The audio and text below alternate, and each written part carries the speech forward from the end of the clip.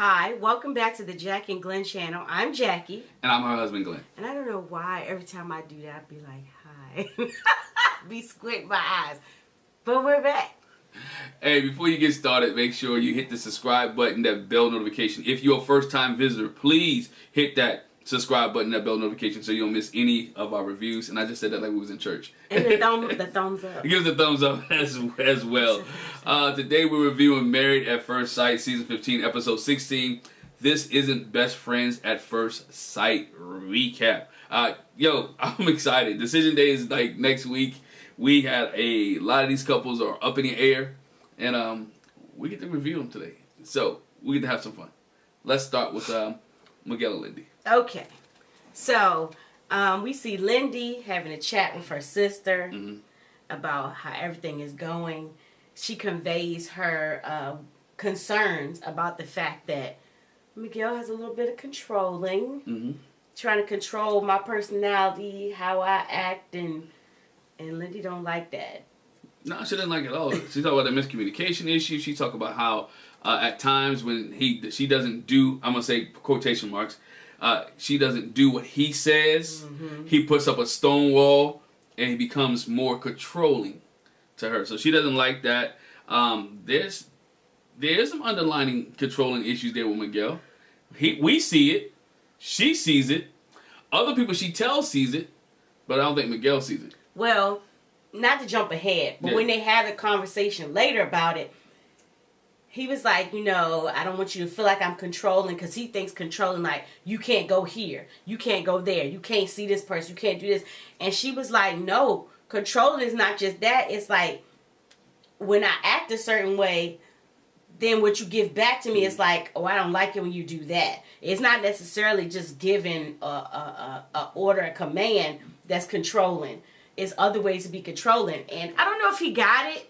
Still, I think he was still like, I mean, I see it, but I don't think he got it either, but it's like manipulation as well as a type of control, right? When you do I put mind control over Debo, right? Right. He like, I got mind control over Lindy, right? And that's the way it is. He doesn't understand that he has mind control because she is kind of sensitive. She wants things to go a certain way, and the way he says it and the way he does it affects her mental state. It affects who she is and affects how she may rage up. But did you notice when, and this is, I want to know if you guys noticed too, when she was talking to her friend, like, we got a lot of issues going on around here too. I'm like her friend has some marital problems. Her sister, sorry. Felt like they had a lot of issues that's going on in her home. I'm sitting there like, you talking to somebody that got... Well, the one I thought was funny was, you know, when Lindy brought up the fact that, you know, he has an issue if I get distracted or I'm not paying attention. Her sister was like, well, I got that problem too. Oh, they both had that problem. I got that problem too. And Married at First Sight is not right, because they showed the clip with her. Oh, you see the people over there? You see the people over there on their phone? Hey, you see the squirrel over there? Why you keep saying that? The squirrel? That's what I was going to point out. You said that when we did the panel thing. It wasn't a squirrel, it was a rabbit. Oh, the rabbit. Y'all kept saying squirrel. I was like, y'all have flashbacks to Up. Yeah, oh when yeah. The dog was like, squirrel. Yeah. No, yeah, it was a rabbit. Oh. You see the rabbit over there? That's Bugs Bunny. I don't know. But it's not. But it's not. But again, that's what she does. And her sister, it runs in the family. Yeah, so her sister just encouraged her to try to find some kind of middle ground when they have a miscommunication that really not either one of them go to the left too much. And then we see Miguel. He tries to make up for the trip to the winery with her. Yeah. I mean, they go to the vineyard. Everybody goes to that vineyard. It look like they rented that out because Nate and Stacia goes there as well, right? They go to the vineyard, and again, he apologized for the retreat. He talks about how he was wrong and all the things that he did at the retreat. He's trying to get back in her good graces, which is not a bad thing. I mean, think at this point in their relationship, as what's the girl name? Mitch's wife. Krysten. Krysten said if they hadn't had any arguments, it would have been a red flag. Right. You know, she said in the vignette, if they hadn't had any arguments, it'd be a red flag. But she see they're doing well now. Of course, you want to be able to get some things out on the table, and they was able to get past this. Somewhat get past this. And Miguel and Lindy, again, she got what she wanted. She got the insurance. He got what he wanted. He got the sex. They just need to learn how to communicate with one another. Yeah, because again, And it goes back to the conversation they had with Pastor Cal. It's like, can you handle her norm? You know, her highs and lows. You know, the emotions that comes with that. Miguel's really not settled. Like, can I do this regularly? Yeah, he's uncertain. He's still uncertain that he can handle her emotions, her highs and lows, as you said, her ups and downs, her hurricanes, her 5s or 6s or 7, 8s and 9s for the rest of their lives. He has a problem with seeing if he can able to sustain that. They know communication is the key conflict that they have, and they got to learn how to communicate one another and to get over the hump. Mm-hmm. You know, like I said, they talk things over there. Even when they're getting ready to leave each other, she's like, I don't know how it's going to be without you. One thing I thought was interesting, which I liked, she's like, this is my first night in 8 weeks not being able to sleep with you. All couples can't say that.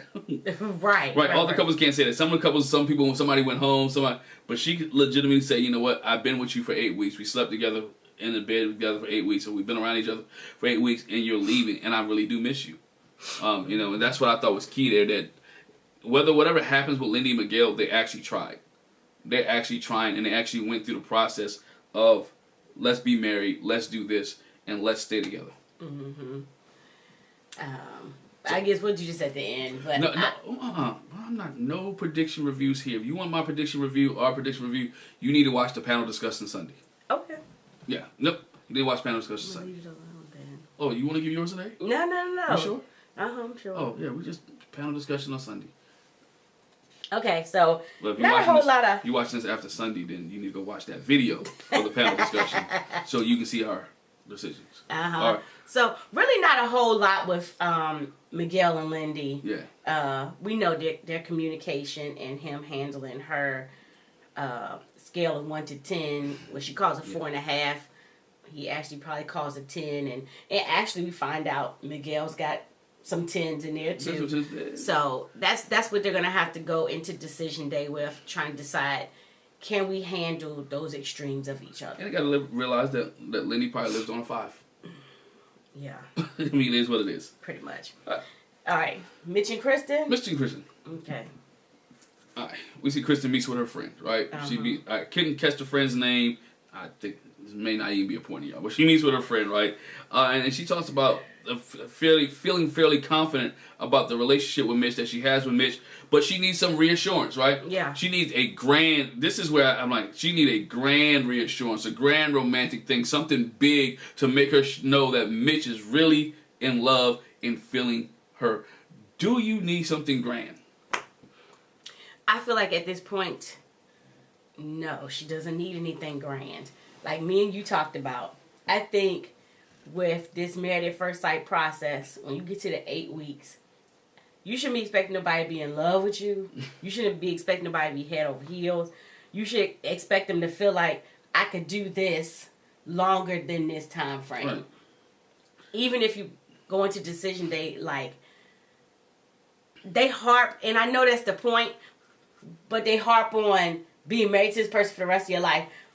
You should look at it like, after these cameras are gone, do I feel like I can put up with the person for the next weeks? You know, when I don't have call times. Well, Mitch says that too. We'll get into that a little bit later, but when he talked to his brother. But my thing is this, you know, you said something that was key there, that they're in these relationships. In a normal relationship, do you expect the person to say I love you in 8 weeks? No. Right. You may be around them. You're not around them as much in this case as you are with the person here, and y'all not married. But in a normal relationship, 8 weeks, do you expect the person to say I love you?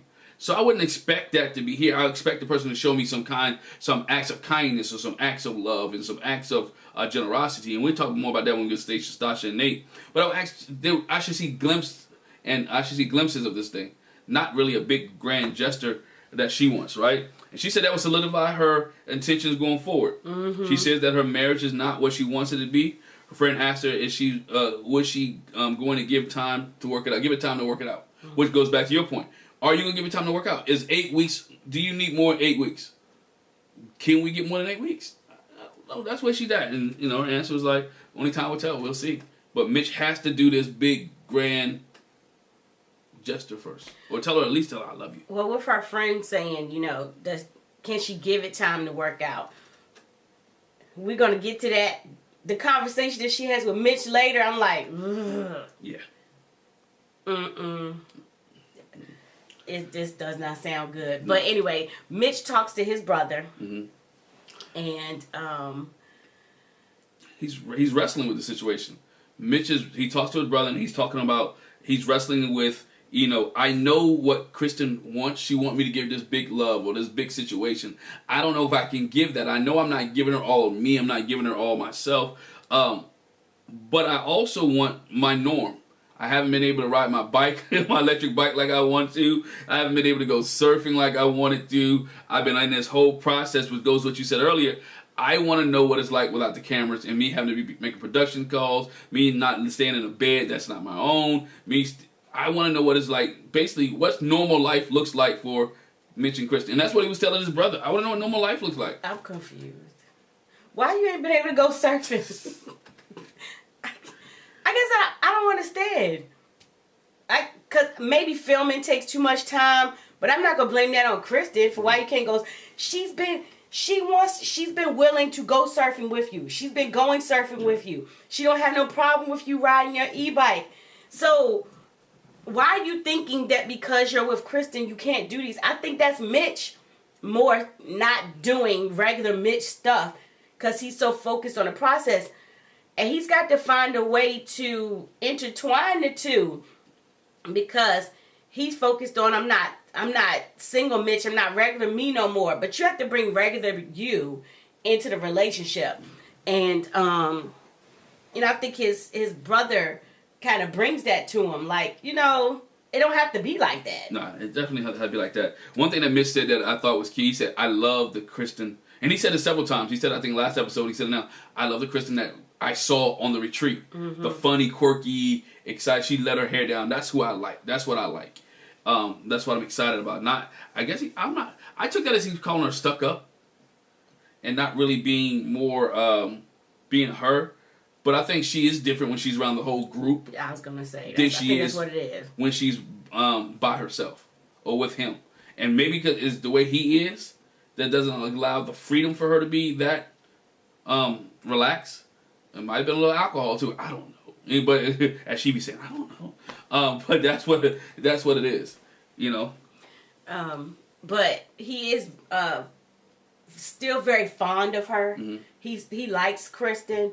He tells her later, you know, like, I love how you are. I love, you know, being around you. I can't see being without you. I don't want to lose you. And so his brother just lets him know, like, don't mess up a good thing. You know, she's a great girl. You like her, whatever. Don't get so focused on trying to go back to your other life and how much, you know, maybe she's not 100% what you want, that you say no. You know, don't self-sabotage, basically. You know, his brother is trying to tell him. Yeah. Go ahead. You know, go ahead. Nah, like I said, don't self-sabotage, but also, like you said, give him more time. Relax and let it go naturally. And realize that you ain't perfect, she ain't perfect. No. See, that's the thing about Mitch.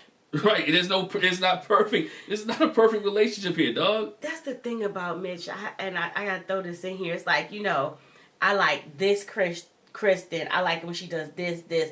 But I be thinking, like, bro, you be talking like you a prize, and I don't know that you are. You haven't shown me that you're a prize, you know? Not at all. But anyway, I just had to say that.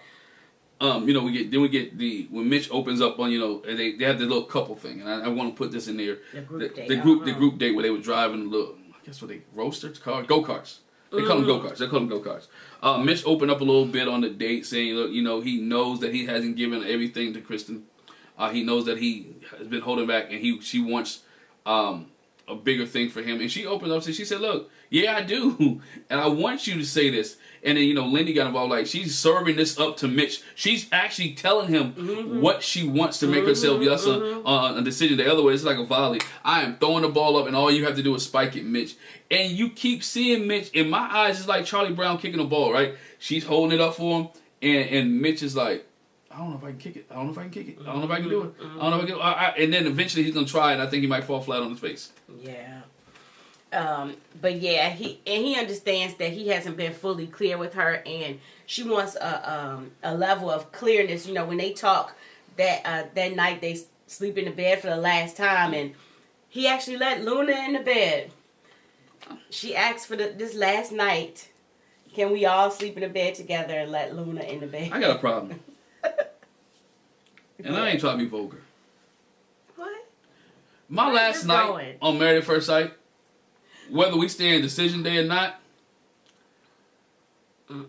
it's going to be... That's not going to give you a clear mind. Let me say this. You're not going to have a clear mind. I need a clear mind. Just one more time. I need you to help me out. We're gonna find some way to. I'm gonna try to figure out your answer somehow that night. And we haven't talked.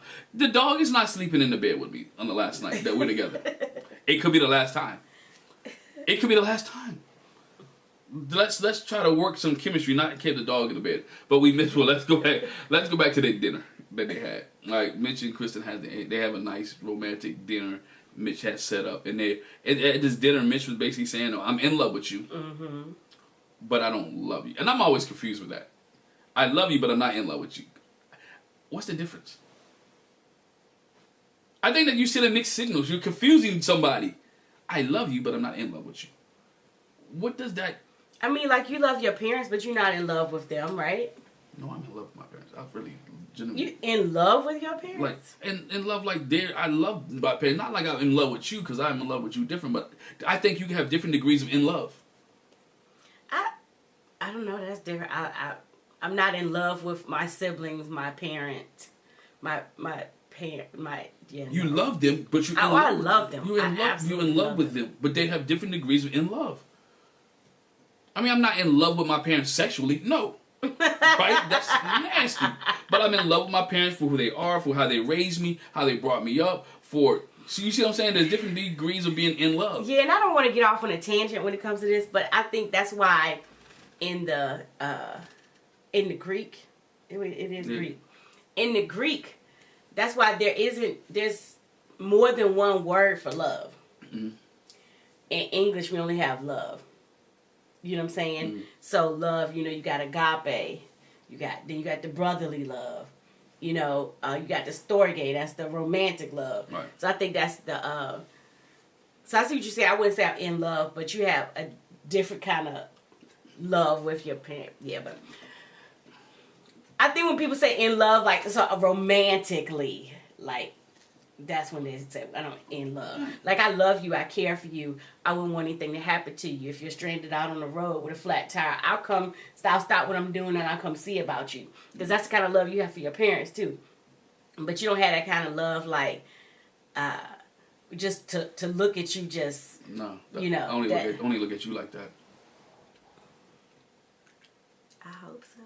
Oh, no, I do. Anyway. I do. So, yeah. Yeah, but the dinner was great. They both had... Tangent, sorry. The dinner was great. They conversed about what it means and what it takes. Again, she's giving Mitch the ball. Mitch was saying, you know what, I care about you. I mean, I'm in love. I love you, but not in love with you. But he was able to say, give her what she needed at that dinner. Mm-hmm. And she was happy. She was happy. There was no issues there. They had a good moment, good time. And, she was hinting again about Mitch. Like, This is, hey, come on. But plus she says, I don't really operate too much in the gray. You're giving me too much gray. I'm glad. I need some clear lines. Like, I need to know that you absolutely feel it. Even if it's not, I love you, that you absolutely feel like, yes, I could continue to do this. I'm glad you brought that up because what Mitch said at the dinner, which was confusing, he was like, she asked him, how do you expect us to look after 8 weeks? And Mitch was like, well, kind of implied that I want you to go your way, I go my way, and we kind of live apart. He said I need a break. I need a break from this whole process. And she's like, no, I don't do gray lines. Either we with each other or we not with each other. It doesn't work. We saw that with Jasmine and Michael. It doesn't work. And whoever else did it, it does not work. Eric in Virginia, it does not work. So Mitch wanted to try to. She's like, no, I don't do great lines. You're going to be with me. We're going to be together. We're going to be married. And then he tried to change it like, well, when we leave here, this apartment, we won't have anywhere that we share together yet. So until we get that place together, and I'm like, But also, Krysten's definitely not staying in his little icky, grimy little closet. He calls a house. So yeah, I was like, is he saying that, after decision day, like, you gonna live over here and I'm gonna go back to single Mitch doing single Mitch stuff, and we'll still interact? Like, he wants to do single Mitch stuff. It's not gonna work. It's not gonna work. It can't work. It's not gonna work. But either way, she done with great lines. Mitch and Krysten go their separate ways. Luna stays in the bed with them, and Mitch goes and makes a decision. And she's like, she's kind of up in the fence. She's up in the air. Sorry, not up in the fence. Up in the air, but what's gonna happen? On the fence. On the fence. Trying to say. Yeah, on the fence. Thank you. I appreciate that. See, we help each other. All right. Alexis and Justin. Yes. Alexis and Justin. We see Justin talking with his mother, right? It was good to see him talk to his mom. It was good. We've seen him talk to his brother. Yes. A couple of times during the process, during the season, but he gets a chance to talk to his mom, and I was like, okay, go ahead, Mama. Yeah, Mama was in there. She was on point. She was telling Justin, look, you always been in your head. You get in your head. You overthink things. You do too much in your mind. You always think of the negative and how things are going to end terribly. Get out of your head. Get out of your head. Get in your mind. And matter of fact, Mama hinted that he needed to be more freaky and more romantic. Because he brought up the, she's which I was like, why are you talking to your mom about this? But he obviously talks to her like that. So he's talking about the initiation and she wants me to be dominant. And that's not my character. Right. And she was like, oh, so you just need to be a little more freak. You need more freaky. Right. And she was like, he's like, I guess so. I guess so. I need some help. Help me. And that's what he tells Alexis later too. Like, and he said it before, like, I need some help. I'm not asking you to dominate all the time, but do some, be in control, and that'll help me come out my comfort zone, and I'll do it too. Because he actually told... He said, you want me to dominate you? She said, I can. And he was like, nah, not like I want you to dominate me. But, then he talks about his mom, about Maya, and how he was like, I thought when I gave away Maya that it was a definitive yes, that she was going to give me 100%, that I was doing it for the relationship. Bruh, as we said in the last video, you didn't get her answer. You shouldn't have gave away your dog until the decision day was over. And Mama kind of looked at him like he was a fool too, though. She ain't say it, or they cut that out. But she looked at him like... She did. Like, boy, you know better than that. I taught you better than that. Mama looked at him like that. So he thought that was as the sign of giving away the dog was an ultimate decision day gesture. And he just did not get that back from Alexis because, they're still on the fence. He said he wavers back and forth between yes and no. It was a no, and then he's like, well, maybe it could be a yes. He had it set up before, especially before the Maya thing. And then when she was like, well, I don't know. He's like, this is a big decision I made. He's wavering. Yeah, he's wavering. I'm jumping ahead a little bit. Alexis kind of makes it sound like she's wavering, but I don't think she is. Her mind's made up. Because based on the conversation that they had when they had the dinner and he gave her the sunflowers, she said it like... She always said that. When they were sitting on the couch, right? When they were sitting on the couch and talking to Dr. P that one time. Maybe you better get somebody that... She's always talked about that. But before we get there, Alexis talked to her mama. Alexis was telling her mama, look, that... Mama, I'm struggling, right? We're already struggling in our relationship. We're struggling with issues. I'm 90%. I'm 90% there, but it's hopefulness, right? That's there. Justin is doing whatever he can. He's in his mind too much. I don't see how we can get him out of there. We're not stable. We've already got training wheels on with the counselors and all these people helping us out now, and we still argue, bicker, complain, fight, and all that. What is going to be like, Mama, when everything's gone? When everything is gone. I like that her mama brought back up what we've been knowing this whole season. She was like, Alexis, you're a runner. And basically, stop trying to find something to make you run. Stop building the case to run. You know what I mean? And, you just need to search a little bit deeper. Look past the surface to see, is Justin the person for me?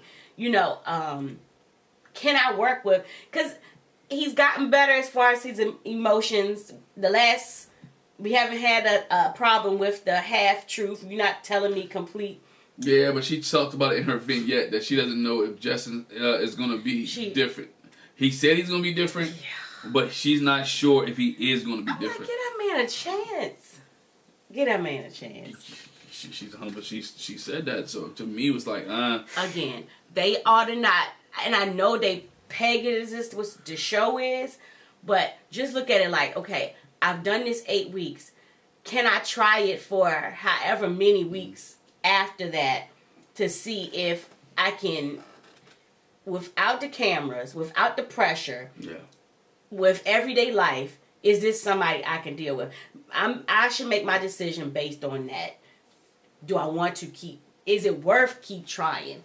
But I guess that's where, you know, she's still stuck in. I feel like it's worth trying. Mm-hmm. To get into a normal routine without cameras, productions, without going to work. It's get divorced in 8 weeks versus 12, 16. Well, with my name on your insurance. I mean, you just... Take them off. Take them off. But, you know, they go on a date.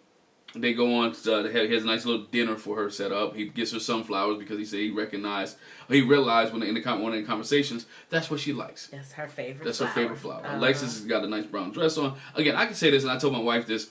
Alexis is not ugly, in my opinion. She has the body. She looks good. It's just the attitude that goes behind it and what she says, as some people say. Some people say it in our chat, one of our chats, that she hood. That she hood. Yeah. Yeah. And the other thing, I feel like she's, I don't know, I kind of feel like she'd be patronizing Justin. Like she'd be putting on, like he was talking and she says, I'm listening, I'm internalizing, okay. I'm I think that's her way of saying, you know what, I don't want to cut you off, or I don't want to put you down. Like you said, I get that more. That's what it comes across more to me. Like I hear what you're saying. I'm not gonna say nothing. Right. I'm just gonna listen. I'm just gonna listen. Because if I say what I want to say, your little feelings gonna be hurt. Your little feeling. But she says that though, because anytime she says, "We're having a good day," right? She's like, "We're having a good day," and I don't want to ruin it. Mm-hmm. If anyone ever tells you that they're in the conversation y'all guys are having, well, I'm having a good day, but I don't want to ruin it. Prepare yourself, because something's gonna come. It's gonna be ruined. Getting ready to ruin your day, right? Something's gonna come to get ready to ruin your day, and she comes with, we don't have any. We need more consistency. We need more stabilization. We need more of a foundation. This is married at first sight, not best friends at first sight. Mm-hmm. And I think we might be better off as friends. You never know. You never know. We could be better as friends. Now, that's the friends. I feel like she was saying it's over. It's a no for me. She's done this so many times. Heavy on the no. She's spoken the present tense so many times. She's done it with Dr. Pia when she met with him on the couch. She spoke about it. She spoke about it this way. In the vignette, she's speaking about as if their relationship is already over. And I think she keep dropping him. When she talked to Stacia on the last week's episode, she dropped hints that their relationship was over. He's going to have to do a major change. Mm-hmm. She's dropping Easter eggs for some of you guys, as they say it, along the way. There are Easter eggs all along the way that she does not want to be married to Justin. And I just believe that her answer is no. I explained this in another video. You guys can check that out. But again, I want to say the one thing is that she seemed kind of, when they were laying in the bed at the end, you know, talking, it was like, you know, we went through this 8 weeks where I tried to like point this out to you, your overthinking and your overgeneralization, that's what he called it when all the couples were sitting down and he talked to Lindy when she asked him to, you know, please explain. He was like, it's an overgeneralization I get in my head. It was good to hear from my mom, you know, that she pointed that out that I get in my head. And later Alexis is like, but you know, I was telling you that it took you 8 weeks to figure it out. Of course. It might have took him in a regular relationship a couple years. But I think they're expecting too much. But it's not. It's 8 weeks in different voice. He respects his mama more than he respects her. Yes. And I mean, I'm not in the back. Take it how you want it. He respects his mother more than what she was saying. Not even just respect. What he said was somebody that really knows him. His mother you know your child. And I feel like, but I also feel like this ain't the first time she told him this. No, it ain't the first time. But I think this time he was like, I think it resonated with him when she said it this time because he heard it from her before, but now he's hearing it from Alexis too. Yeah, you know, they both gonna weigh their options. Justin says, I think he was talking to, it might have been his mama, like when he said a couple days ago, it was a no. Yeah, that's why I said he kind of he fluctuates between. He fluctuates between. At least you know he's fluctuating. I think her answer has been no for a long time. Yeah, she has. With her mouth, she says she's struggling, trying to figure it out, and like Pastor Cal says, and we know this. This is probably the biggest decision, and Alexis says this is the biggest decision I had to make in my life. You know, this decision will set me on. And doggone it, besides Married at First Sight, your decision to be with or not be with somebody, it is one of the biggest decisions you'll make in your life. It just is. I think she said in her final vignette, she was like, you know, I don't want to stay as married for Justin. I gotta do what's for me, but for what's for me may hurt him, and what's for him may hurt me, and I don't want to hurt me. You know what I'm saying? She was kind of internalizing, like, I don't know, agonizing over like what she's gonna do. I don't know if that was for camera. Sometimes I think she does stuff. In my opinion, I think it's just for camera because I think her mind's already made up. But we'll see. I mean, we'll see where Justin and Alexis is at next week. Y'all let us know what you think. Leave a comment in the comment section about Justin and Alexis, about Miguel and Lindy, about Mitch and Krysten, and also about Stacia and Nate. But we're gonna talk about Stacia and Nate, right? Nate and Stacia, right? We're gonna talk about Stacia and Nate right now. So, like we said already, you know, all the couples take some time to talk to somebody else and get some words of wisdom before they take their final leap. And Nate talks to his dad and his sister. Right. Dad and Aaliyah was sisters, which I thought when I first glanced. It looked like Alia. Yeah, it did. Alia, but yeah. I'm gonna say Aaliyah for yeah. sure. Yeah, I think. Did he call her name? He didn't call her name. No. But it's probably Aaliyah, but it looks like Alia. But anyway, and so I thought it was funny when he was talking to his dad and his sister. She was like really kind of soaking it in. I guess it was her boyfriend or her friend in behind her. She was just really kind of soaking it in. And I just want to remark, they look very similar. They do. And they have the same mama. Do we know? Don't know. I don't know, but I was like, I feel like I was kind of looking at Nate. I had to do a double take. And so, of course, Nate brings up the fact that, like he talked about with Stacia, once we get out of this decision day, I'll be moving into her place. Mm-hmm. And it's a chance she could put me out and they ain't got nowhere to go. That weighs a little bit heavy on him. It does, but Dad was saying, you know, his dad was telling him, look, man, son, there's sometimes you have to make compromises in marriages, compromises in relationship, compromises for the person that you love and that you want to spend the rest of your life with. It's okay to have a compromise. It's okay to worry too, but compromise. But if your love is for her, then you be with her. If you stay with her, you do the right things by her, it's gonna be okay. And he gonna have to trust her word. Like when Stacia talks to her friend Jewel, she talks about that too. That's his concern, that, you know, it'd be mine and not ours. And Jewel's like, but you told him that's not the case. She was like, yeah. She said it multiple times to him. He's gonna have to trust that. He's gonna have to trust that. He gotta trust and believe it, because she said it multiple times. Like, it is not just mine, it is ours. She's taking, and he has to realize that too. I think when I watched this and I thought about it even some more, she's taking your name already, right? She's asking you to come into her home, or now go make it our home. She's trying to protect the assets and everything. She wants to have a baby with you. So what makes you think that she's going to put you out? You know what I'm saying? She's been honest and truthful this whole time. So what has made you not really trust her words? That's what made me think, like, what made you really not want to trust her? But she's been truthful the whole situation, except for the cheating thing, but that happened 10 years ago. But you never asked that. But again, everything else she's been truthful about. Like, where's the this trust come in? Right. But on the flip side, Stacia's issue is that, and she said it again in this episode, I don't want to be in a loveless marriage. She brings up to her friend Jewel how, you know, Nate's never been in love before.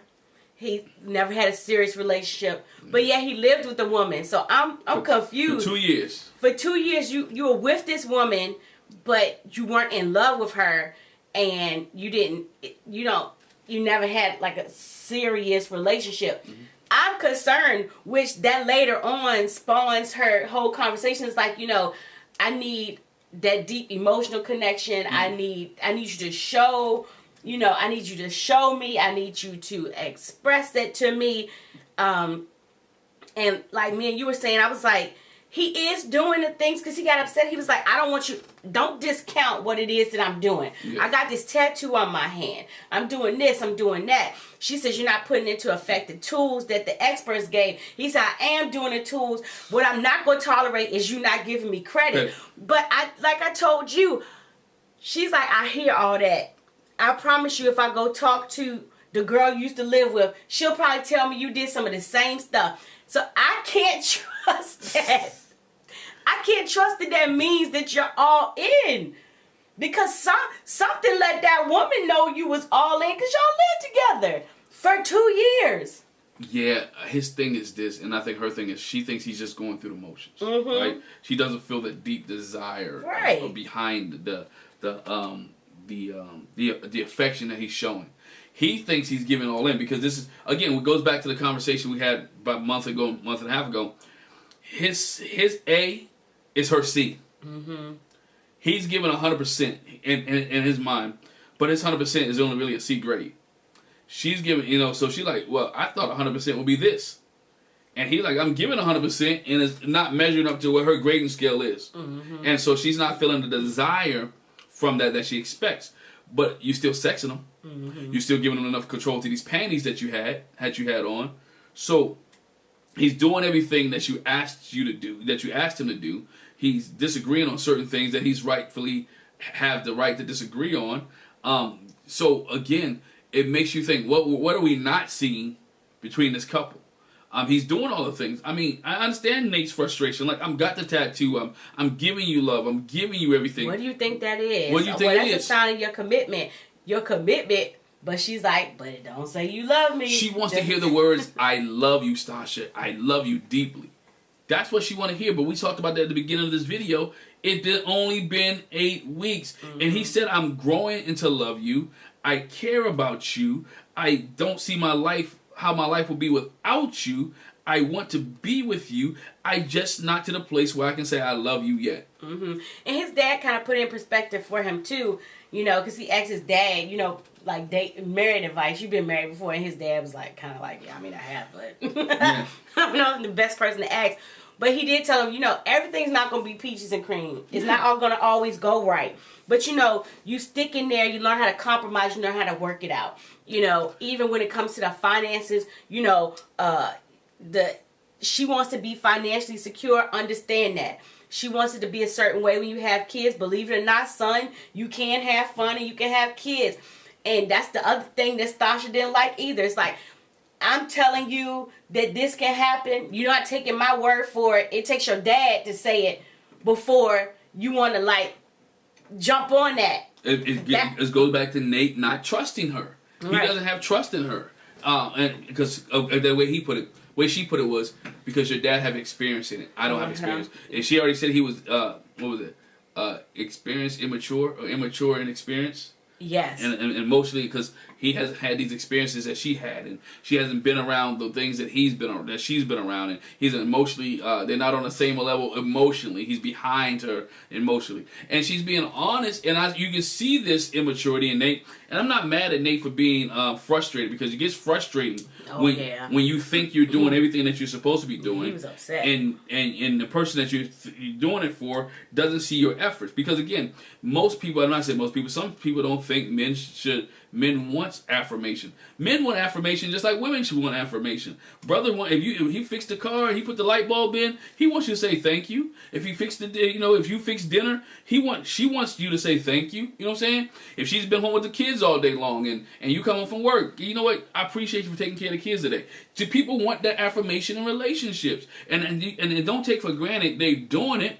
And for a mother or for a husband, give the affirmation to your spouse. Whether it's something, hey man, I appreciate you doing the dishes. I appreciate you vacuuming the floor. I appreciate you for making the bed up this morning. Whatever it came in, I think we take those small things for granted when it really means a lot to a lot of people.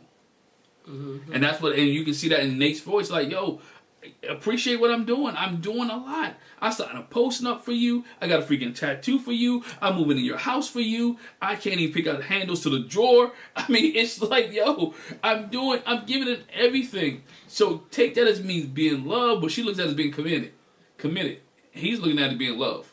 Yeah, they both need that affirmation. She needs that affirmation of the love, not just the commitment, but that we're getting into the love thing. And he says, I need the words of encouragement. I need, like you said, hey, thank you for doing it. I appreciate that you did this. I see you making strides. Da-da-da. He said, I feel like all you doing is tearing me down, telling me I'm not putting into effect the tools. They said we're supposed to, we have a hard conversation. We're supposed to hold hands. And Nate says later, I did that. I came back and I did that. I did put that. And you're not giving me credit.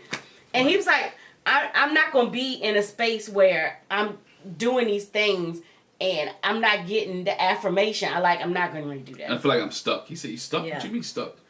You're not stuck. You ain't stuck. You ain't never stuck. Yeah, you can leave. But again, you can leave. You can always leave. You can always leave. But he calls her a trigger. Or what she does is a trigger. Yeah. In a way, and he said, you're triggering me. Yes. And we had that conversation, and I work with people, and I have a problem. I'm not. Sometimes she tells me I'm a bad. Yeah, because he was like, "It's in my responsibility to make sure that you're not triggered.